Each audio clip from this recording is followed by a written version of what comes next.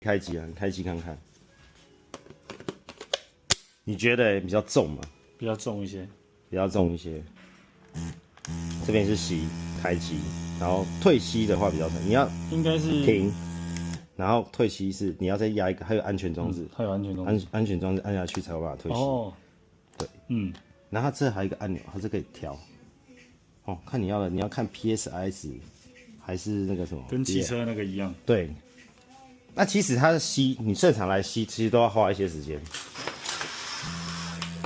它就正跟那个 Grable 一样，因为它本来就是 Grable，跟那个全部的专利都是 Grable 的。哦，它联名的啊。对，它也是要一个时间，那它吸的速度比较快，没有比较快啊，它比较快一些，快一点点而已啊。Grable 它那个海绵啊，你买的时候，我看一下海绵，它这 EVA 海绵，因为这个是海外版的。